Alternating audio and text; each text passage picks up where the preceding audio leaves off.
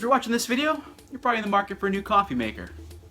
Am I right? I'm sure you've been on Amazon.com recently, Bed Bath & Beyond's website, you've typed in coffee maker, you see there's about 300 to 400 different options available, anything starting at 15 bucks and going up to several $100s. And you're thinking, hey, hot water over coffee grounds, is it really worth spending all this money? I had the same question, so let's try and explore that here together. So I bought a really cheap Mr. Coffee for 15 bucks.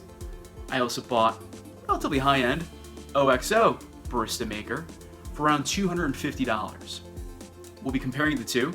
We'll be looking at 4 things specifically. We'll be looking at features, we'll be looking at brew time, so how fast is it gonna brew our pot of coffee. We'll be looking at taste, and finally, longevity. Not so much of the coffee maker itself, but after you brew a pot of coffee, how does that coffee taste an hour or 2 or 3 later? So let's get into this. Also, you may have noticed I posted this video about a year ago. And hopefully you can give me a thumbs up on continuity. Wearing the same outfit, slightly longer hair.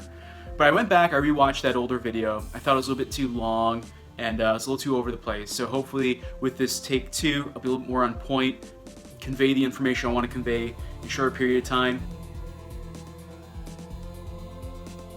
So while the coffee's brewing, let's talk about the first topic, and that's features. And this is probably where the more expensive coffee makers get an easy home run. Your higher end coffee makers are chocked full of features in terms of programmability. In regards to this OXO coffee maker we have here today, there's also a kettle built into it, so you can literally make tea and coffee at the exact same time. Fun fact, with the OXO, and I've tested this for science, you can make ramen noodles, you can make oatmeal.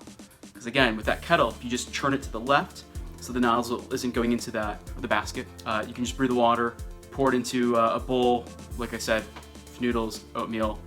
Pretty cool. If you're in a dorm room and you want something convenient, or just have a really small place, the OXO definitely wins in that regards. Mr. Coffee has one button, has one feature. For 15 bucks, that's what you get. In this case, the OXO is the winner. So the coffee's done brewing, but before we go to it, let's talk about brew time. We've all slept through our alarms, and we've all been in a hurry to get some Java in us before we head off to work or to school or whatever. So brew time is relatively important to me. Now, I expected the Mr. Coffee to win, and it did. So I'm brewing 4 cups of coffee. The OXO took almost 10 minutes to brew 4 cups of coffee, whereas the Mr. Coffee did it in about 7.5 minutes. So actually it's about a 2.5 minute difference there. Not the end of the world, but the Mr. Coffee wins this battle. There's kind of a little bit of downside with the Mr. Coffee. I've owned several of them, and sometimes they experience this weird thing where they'll almost indefinitely continue this weird gurgling, like in this video. Kind of annoying. You have to turn it on and off in my case to fix that. But still, that being said, Mr. Coffee brews faster. Taste time. And what do you have here? A thermometer.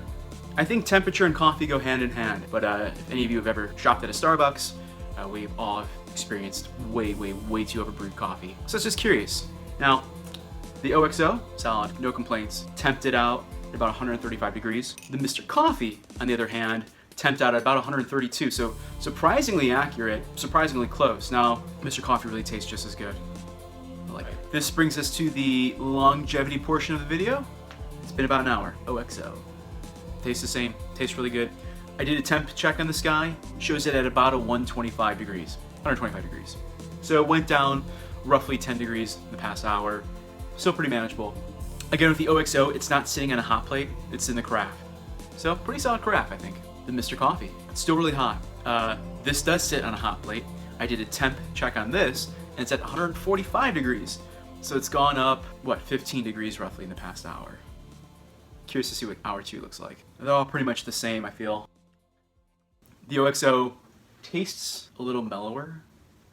This has a little more kick to it. I think it's just the temp. It's really just the temp driving that. See you back here in a little bit. We're now at the 2-hour marker. 2 hours after being brewed. We're going with the OXO. Still tastes fine. Still tastes like coffee. I did a temp check. We're at about $1.15, so 115 degrees. So we got the Mr. Coffee here. That's hot. I did a temp check on this too, about 150.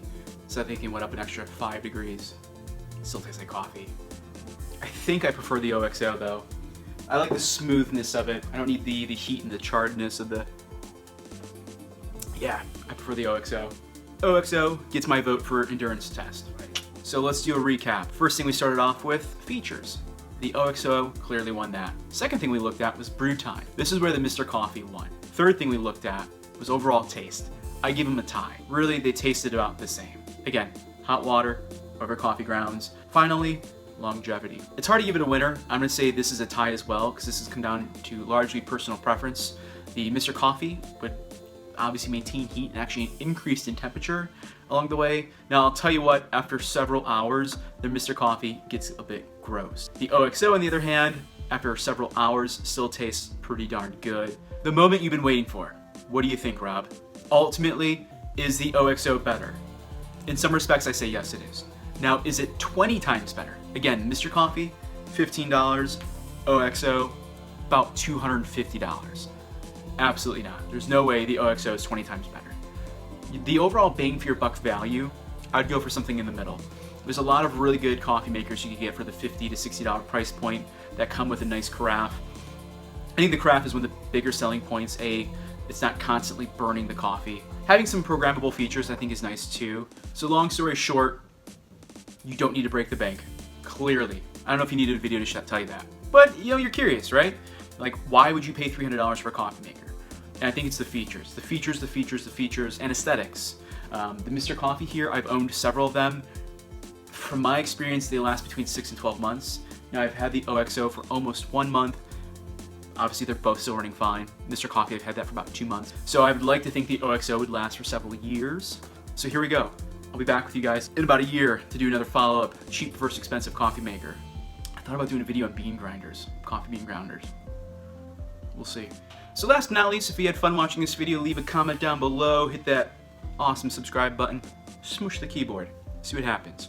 If there's any other reviews or kind of challenge videos you want to see, let me know.